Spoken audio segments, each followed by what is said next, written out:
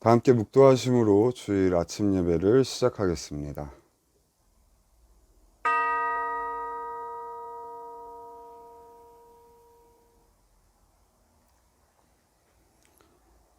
우리가 아직 죄인 되었을 때 그리스도께서 우리를 위하여 죽으심으로 하나님께서 우리에 대한 자기의 사랑을 확증하셨느니라. 사랑이 많으신 하나님, 아무런 공로나 자질이 없는 우리가 예수 그리스도의 십자가의 공로로 용서받고 의롭다 인정받아서 하나님의 자녀된 신분으로 지금 예배를 드립니다. 특별히 오늘은 종교개혁 주일로 드려집니다. 종교개혁은 과거만의 사건이 아닌 오늘 우리가 새롭게 수행해야 할 과제라고 생각합니다. 교회가 개혁되어야 한다는 이야기는 하루 이틀 나온 이야기가 아닙니다. 그러나 그 교회에는 바로 나 자신이 있고 우리가 있습니다. 그러기에 개혁되어야 할 대상은 바로 내가 아닌가 생각하는 한 주입니다. 개혁되어야 할 대상이 바깥에 있다는 생각도 필요하겠지만 오늘 예배를 통해 오늘 들려지는 말씀을 통해 주님의 뜻을 발견하고 내가 개혁되고 우리가 개혁되며 변화되는 귀한 시간 되게 하여 주옵소서. 우리의 예배를 기뻐 받아 주옵시고 우리들에게 큰 기쁨과 은총의 시간이 되기를 희망하며 예수 그리스도의 이름으로 기도합니다. 아멘. 찬송가 585장 내주는 강한 성이요 찬양하시겠습니다. 찬송가 585장입니다.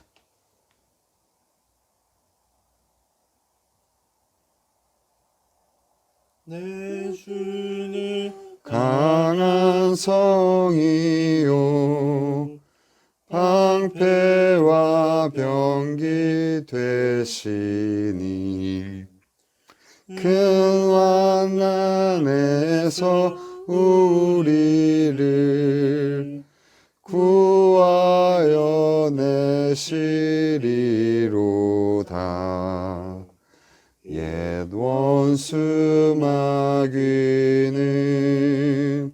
이때도 힘을 써 모략과 권세로 무기를 삼으니 천하에 누가 당하랴.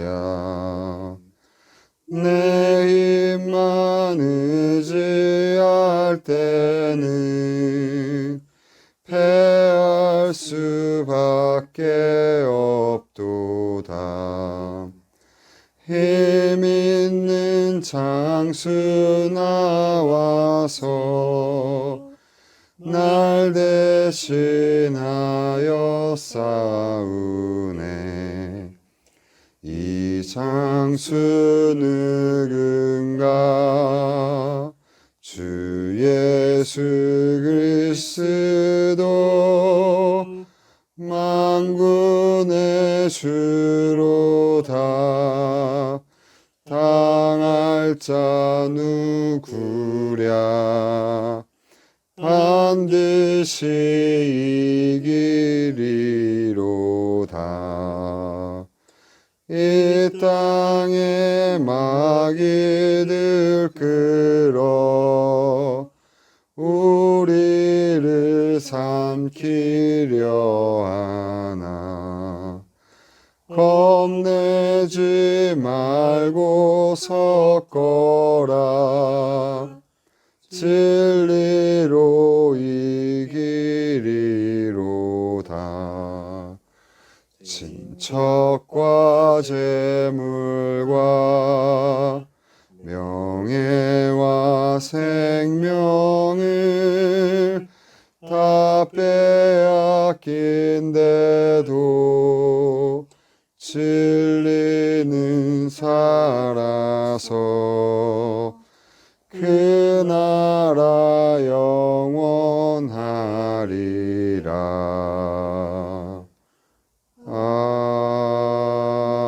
아멘.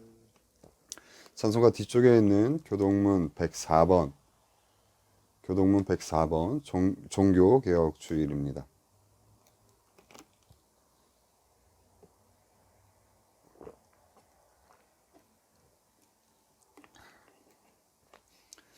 나의 힘이신 여호와여, 내가 주를 사랑하나이다.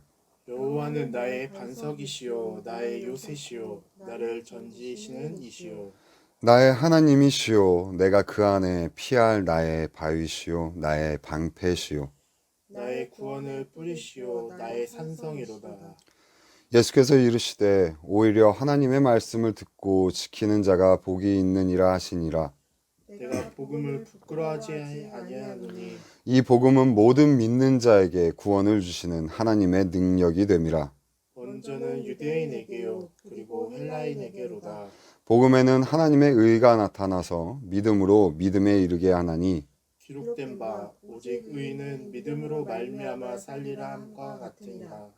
너희가 내 말에 거하면 참으로 내 제자가 되고 진리를 알지니 진리가 너희를 자유롭게 하리라. 우리 주 예수 그리스도로 말미암아 우리에게 승리를 주시는 하나님께 감사하노니 그러므로 내 사랑하는 형제들아 현실하며 흔들리지 말고 항상 주의 일에 더 힘쓰는 자들이 되라. 아멘. 이제 우리의 기도 시간입니다. 공동 기도문으로 기도하신 후에 1분가량 묵상하는 시간 갖도록 하겠습니다. 한 목소리로 함께 기도하시겠습니다. 하나님, 종교개혁을 기념하는 주일을 맞게 하심에 감사드립니다. 마르틴 루터를 통해 츠빙글리와 깔뱅 등 신앙의 선구자들을 통해 성경에 게시된 복음의 올바른 빛을 열어주셔서 감사드립니다. 아무런 공로나 자질이 없는 우리 죄인이 예수 그리스도의 십자가의 공로로 용서받고 의롭다 인정받아서 하나님의 자녀가 되었습니다. 하나님의 아들이 희생되어야 할 정도로 죄가 얼마나 무섭고 더러운지 그런 우리의 죄를 깨닫고 이겨내게 하소서. 우리 안에 이기심과 탐욕과 세상 유혹이 여전해서 죄를 떠나지 못해 괴롭지만 날마다 십자가에서 죽으신 주님을 생각하며 죄의 지배를 받지 않고 죄를 지배하며 살도록 도와주소서. 예수님의 핏값으로 해방되고 구속된 하나님의 자녀 아닙니까? 그렇게 우리를 올바로 세워주시고 살게 하소서. 예수 그리스도의 십자가에 계시된 하나님의 사랑을 크신 은총을 믿게 하소서. 예수님의 보혈로 우리의 죄가 깨끗하게 씻어졌음을 믿게 하소서. 죄가 지배하는 세상과 우리 안에 뿌리내린 죄로부터 이제는 자유롭게 되었음을 믿게 하소서. 죄인이 아니라 의인으로서 하나님 앞에 설 수 있음을 믿게 하소서. 심판에 대한 두려움이 아니라 하나님의 사랑으로 구원받은 기쁨과 감사함이 우리 신앙과 삶의 이유가 되게 하소서. 억지로가 아니라 자유로이 하나님을 예배하며 하나님이 사랑하는 사람들과 세상 모두를 우리 또한 즐거이 사랑하는 복음의 자녀들, 종교 개혁자들의 후예가 되게 하소서.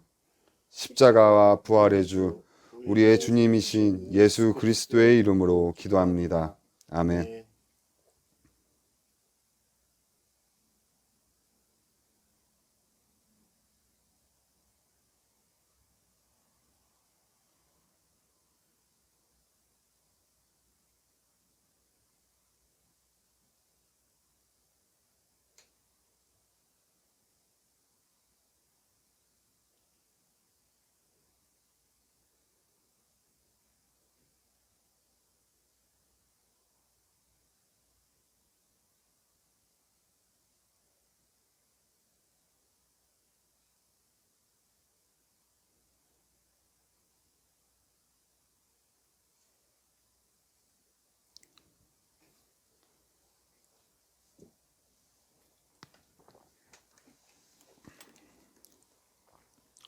오늘 장도연 전도사님께서 나눠주실 말씀은 요한 1서 1절부터 4절까지의 말씀입니다. 요한 1서 1장 1절부터 4절까지의 말씀. 제 성경으로 신약 성경 388쪽입니다. 요한 1서 1장 1절부터 4절까지의 말씀을 제가 봉독하겠습니다. 태초부터 있는 생명의 말씀에 관하여는 우리가 들은 바요, 눈으로 본 바요, 자세히 보고 우리의 손으로 만진 바라. 이 생명이 나타내신 바 된지라. 이 영원한 생명을 우리가 보았고 증언하여 너희에게 전하노니 이는 아버지와 함께 계시다가 우리에게 나타내신 바 된 이시니라. 우리가 보고 들은 바를 너희에게도 전함은 너희로 우리와 사귐이 있게 하려 함이니 우리의 사귐은 아버지와 그의 아들 예수 그리스도와 더불어 누림이라. 우리가 이것을 쓰면 우리의 기쁨이 충만하게 하려 함이라. 아멘. 이 본문 말씀을 가지고 사귀는 기쁨이라는 제목으로 장도연 전도사님께서 말씀 나눠 주시겠습니다. 요한일서, 요한복음, 요한계시록의 저자를 사도 요한이라는 것에 대해서는 논란이 있습니다. 그러나 요한일서가 요한복음과 비교해 볼 때 주요한 사상이나 문체, 용어의 유사성 등에서 사도 요한으로 추정합니다. 또한 요한일서는 사도 요한의 제자인 폴리갑이 본서 저자가 자신의 스승임을 증거했다고 합니다. 요한복음이 기록된 연대는 AD 70년경부터이고 요한일서는 AD 85년부터, 요한계시록은 AD 95년에서 96년으로 추정합니다. 그리고 요한복음은 이방인을 대상으로 기록한 반면에 요한일서는 그리스도를 구주로 고백하는 그리스도인들을 대상으로 하고 있습니다. 사도 요한은 왜 요한복음을 기록하고 또 그리스도인들에게 다시 복음을 말하고 있을까요?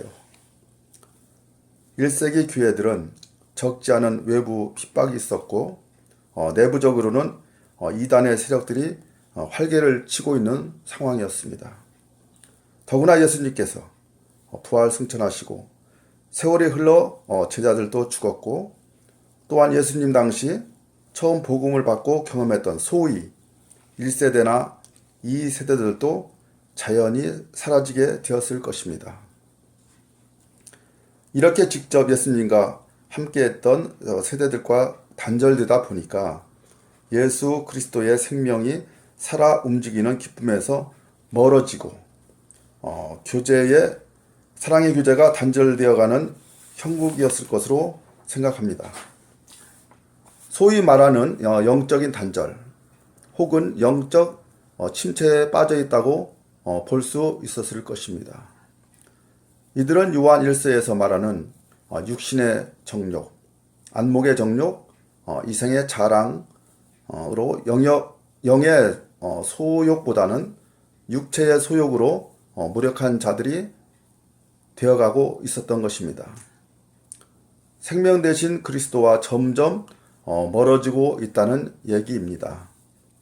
주님과 교제가 멀어지고 성도들과 나누는 풍성한 교제가 점점 끊어지고 기쁨이 식어버리게 되면 누구나 유혹을 이기지 못하는 약한 사람이 되어버리고 맙니다. 그들은 어떤 사람들입니까? 그들은 복음을 모르는 사람들이 아니었습니다. 이미 예수는 생명이라는 것과 믿으면은 영생을 얻는다는 것을 모르는 사람들이 아니었습니다. 그런 그들을 어떻게 하면 다시 회복되어 사귐의 기쁨을 누리며 힘을 얻을 수 있게 할 수 있었을까요? 오늘날 같으면 새로운 방법이나 프로그램에 대한 고민과 연구를 해서 제시하고 시도해야 마땅하지 않을까요? 당시 사도 요한도 이러한 고민을 했을지 모르겠지만 이러한 현상은 예나 지금이나 줄곧 계속될 것이라고 생각합니다. 그런데 오늘 성경은 말하기를 이 대안에 대해서 다시 복음을 듣고 또 들으라고 말씀합니다. 오늘 본문 1절에 태초부터라는 말은 요한복음 1장 1절에 태초에 말씀이 계시니라의 창세기 1장 1절에 태초에 에서 말씀하시는 처음부터 예수님은 하나님의 아들이었다는 메시지를 반복합니다. 이 처음 들은 것, 옛날부터 들어온 것을 듣고 또다시 들어 말씀이 너희 안에 거하게 하라는 것입니다. 요한일서 2장 24절은 너희는 처음부터 들은 것을 너희 안에 거하게 하라.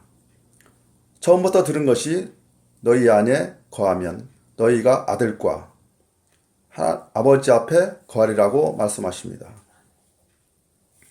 그리고 연이어 25절에는 이것이야말로 그가 우리에게 약속하신 영원한 생명이라고 말씀하십니다.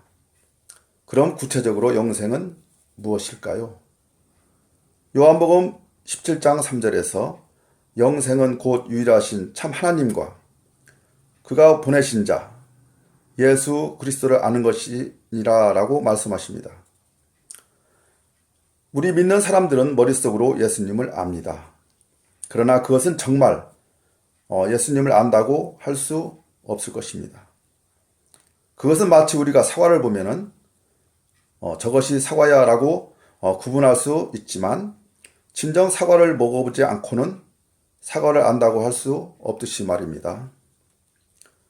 그렇듯이 우리가 머릿속으로만 예수님을 알고 예수님의 경험을 계속해서 하지 못하면 생명 되신 예수님과 점점 거리가 멀어지고 삶의 변화를 일으키지 못하는 것입니다. 그렇다면 우리는 어떻게 해야 할까요? 이것에 대해 오늘 말씀 3절에서 답을 제시합니다. 사귐이 있게 하라는 것입니다. 쉽게 말해서 사귀라는 것입니다.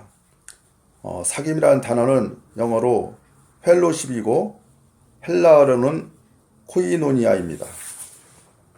코이노니아의 의미는 공유하다, 남과 함께 나누다, 다같이라는 뜻으로 성경에서는 크게 두 가지 의미로 쓰입니다. 먼저 오늘 본문 1장 3절에서처럼 삼위일체 하나님과 인간과의 교제에서 코이노이아가 있습니다. 그리고 오늘 요한일서 1장 7절에 우리도 빛 가운데 행하면 우리가 서로 사귐이 있고 라는 말씀처럼 인간 서로의 친교를 말하기도 합니다. 즉 하나님과의 수직적인 만남과 인간의 수평적인 만남의 삶, 이 사귐의 삶이야말로 그리스도인이 삶의 본질이라고 할 수 있는데 이 사귐의 삶을 살 것을 오늘 성경은 말씀하는 것입니다. 그런데 이 사귐의 삶이 당시뿐만 아니라 현대에 와서는 더욱더 힘들다는 것을 느낍니다. 산업과 자본이 발달하다 보니까 개인주의는 극한으로 치닫습니다. 애써 관계를 맺기보다는 관계없이 관계에 구애받지 않고 살아가는 사람들이 많습니다. 혼밥, 혼술, 나홀로족과 같은 것이 아무렇지도 않은 사람들, 고령화와 함께 고독사 뉴스를 접해도 이제 아무런 느낌이 없습니다. 많은 사람들이 고독하고 이웃과 단절된 삶을 살아가는 것이죠. 같은 아파트 엘리베이터를 타도 인사도 없이 외면할 뿐입니다. 신학에서는 이러한 단절된 삶을 분리된 삶을 죄로 인식합니다. 이것들은 다 근원적으로는 하나님으로부터 분리된 것으로부터 비롯되는 것이죠. 하나님과 분리되어 하나님 없이 살아가는 사람이 이웃이나 타인들과 분리되어 살아갑니다. 그러면은 이러한 분리의 결과는 무엇일까요? 성서에 죄의 결과가 죽음이라고 했는데 꼭 육신의 죽음만을 말하는 것은 아닙니다. 하나님과 그리고 다른 사람들과 관계의 단절로 인한 불화, 고독, 불안 같은 것들이 빚어내는 불행이 영적으로는 죽음일 수 있습니다. 예수님께서는 사람들이 이런 죄의 상태로부터 자유롭게 하고 하나님과 그리고 다른 사람들과의 관계를 회복시키기 위해서 이 세상에 오셨습니다. 이것을 위해 예수님께서는 그렇게도 사랑을 강조하셨던 것이지요.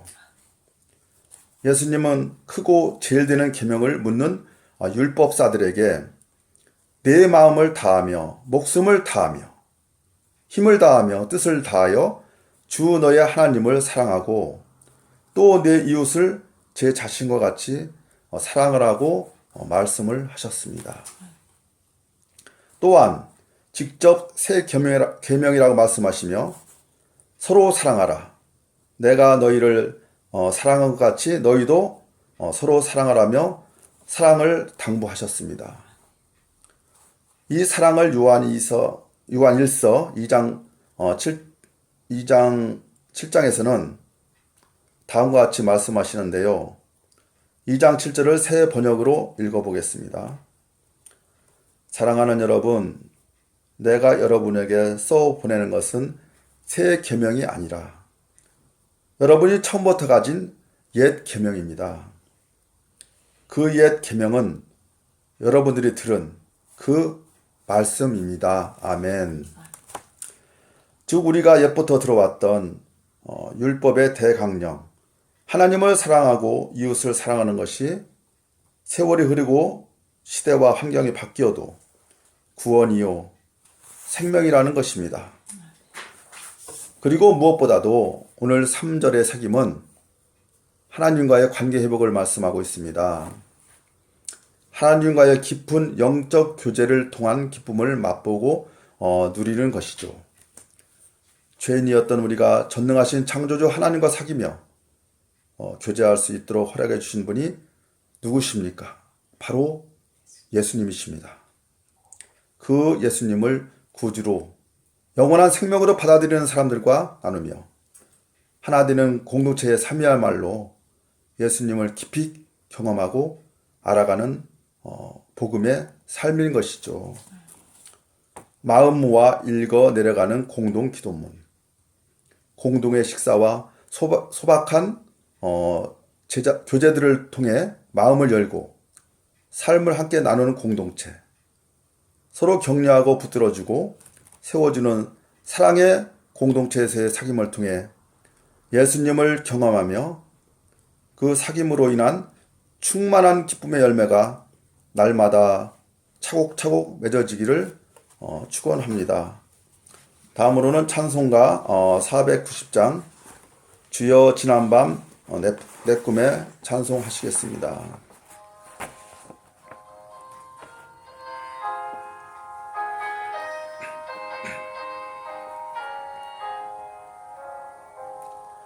주여 지난밤 내 꿈에 배었으니 그 꿈 이루어 주옵소서. 밤과 아침에 계시로 보여주사 항상 은혜를 주옵소서. 나의 놀라운 꿈 정녕 나 믿기는 장차 그 은혜 받을 표님. 나의 놀라운 꿈 정녕 이루어져 주님 얼굴을 배우리라. 마음 괴롭고 아파서 낙심될 때 내게 소망을 주셨으며 내가 영광의 주님을 바라보니 앞길 환하게 보이도다. 나의 놀라운 꿈 정녕 나 믿기는 장차 큰 은혜 받을 표님. 나의 놀라운 꿈 정녕 이루어져 주님 얼굴을 배우리라.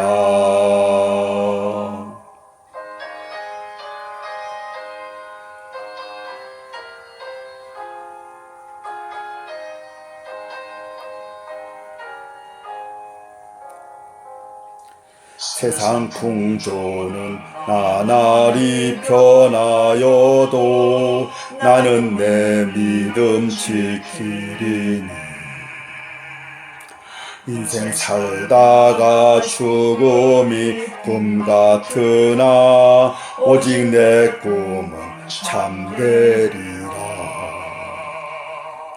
나의 놀라운 꿈 정녕 남이 끼는 장차 큰 은혜 받을 표님. 나의 놀라운 꿈 정녕 이루어져 주님 얼굴을 배우리라.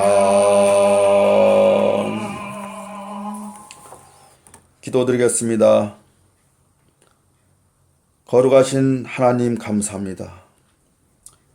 오늘도 주님을 저에게 근본으로 돌아가라고 말씀하십니다. 하나님을 사랑하고 내 이웃을 내 몸과 같이 사랑하라는 코이노니아를 말씀하십니다. 네, 그렇습니다. 천지는 변하여도 여호와의 말씀은 변함이 없는 그 진리를 다시 한번 생각하며 세상 풍조를 쫓아 하려 하지 말고 나는 포도나무요 너희는 가지라고 말씀하셨듯이 예수님께 붙어서 많은 열매를 맺어드리는 저희들이 되게 하옵소서. 감사드리옵고 거룩하신 우리 주 예수님 이름으로 기도드립니다. 아멘.